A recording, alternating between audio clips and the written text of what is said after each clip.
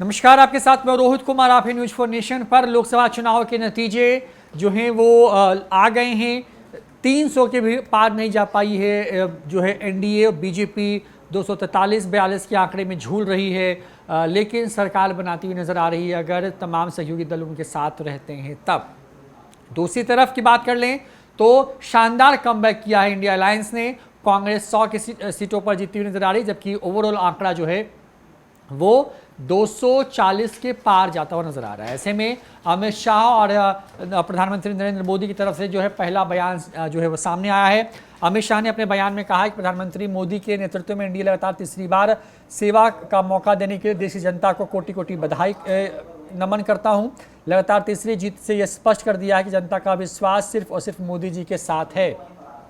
उसके बाद वो लिखते हैं कि एनडीए की यह जीत देश के लिए अपनी जीत खपा देने वाले नेता नरेंद्र मोदी जी में जन जन के अटूट विश्वास का प्रतिबिंब है। यह मोदी जी के विकसित भारत के लिए विजन पर जनता जनार्दन का विश्वास मत है। यह जन आशीर्वाद मोदी जी के बीते एक दशक के गरीब कल्याण विरासतों के पुनरुत्थान, महिलाओं के लिए किए गए कामकाज का है। आगे अमित शाह कहते हैं कि एनडीए की जीत बीते 10 साल में मोदी जी ने जिस तरह देश गरीब महिलाओं, पिछड़े, वंचितों और युवाओं के सपने को साकार करने के लिए पुरुषार्थ किया है, उसके लिए जनता का आशीर्वाद है। इस जीत के लिए प्रधानमंत्री नरेंद्र मोदी जी को मैं बधाई देता हूं। यह विजय मोदी जी की उस अविराम संकल्प का विजय है जो लगातार वो देश के विकसित को बनाने के लिए वो करते रहे हैं। इसके आगे वो लिखते हैं कि भाजपा को तीसरी बार मिली यह जीत हमारे कार्यकर्ताओं के अथक परिश्रम का प्रतिफल है। इस जीत के लिए भाजपा के राष्ट्रीय अध्यक्ष जेपी नड्डा जी और देश के हर भूभाग में मेहनत करने वाले सभी भाजपा कार्यकर्ताओं को भी मैं बधाई देता हूं। भाजपा के लिए उनके कार्यकर्ता ही सबसे बड़ी पूंजी हैं, ये कहा है। इसके साथ साथ नरेंद्र मोदी ने भी जो है वो ट्वीट किया है। कुल अलग अलग ट्वीट्स हैं उनके आंध्र प्रदेश, ओडिशा को लेकर के। आंध्र प्रदेश में क्योंकि वहाँ पर एनडीए जीत गई है तो उन्होंने आंध्र प्रदेश के तमाम लोगों को जो है एनडीए को जन्मत देने के लिए धन्यवाद कहा है। उन्होंने कहा है कि मैं जो है वहाँ के तमाम जो बड़े नेता हैं जो उन तमाम लोगों को बधाई देता हूँ जिनकी वजह से ये जीत संभव हुई है।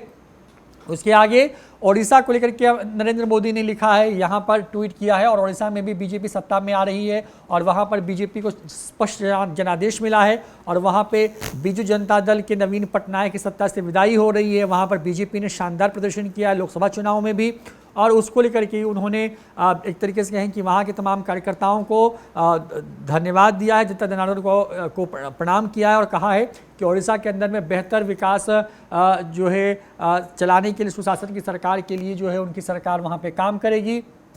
इसके साथ साथ नरेंद्र मोदी ने देश भर में जो चुनावी नतीजे आए हैं उसको लेकर के कहा है कि people have placed their faith in NDA for a third, जो तीसरी बार जो उनको मौका मिला उसके लिए this is a historic feet in the Indian history. ये कहा है कि ये भारत के इतिहास में एक बड़ी जीत के तौर पर होगी।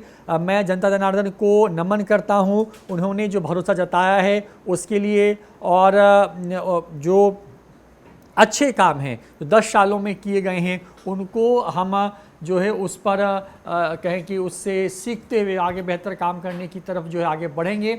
देश की बात करें तो 543 सीटों के चुनावी नतीजे 293 पर जो है इस वक्त जो है वो एनडीए जो है वो बढ़त बनाए हुए है, जबकि दूसरी तरफ की अगर बात करें 233 सीटों पर आंकड़ा जो है वो पहुंच गया है। सबसे ज़्यादा चौंकाने वाले नतीजे हैं वो उत्तर प्रदेश से सामने आए, जहां पर समाजवादी पार्टी ने शानदार जीत हासिल की है वहां पर, और नंबर 1 की पार्टी बन गई। दूसरी तरफ जो है राजस्थान, महाराष्ट्र जैसे राज्यों में भी बीजेपी को बड़ा झटका लगा है तो इज्जत बच गई है।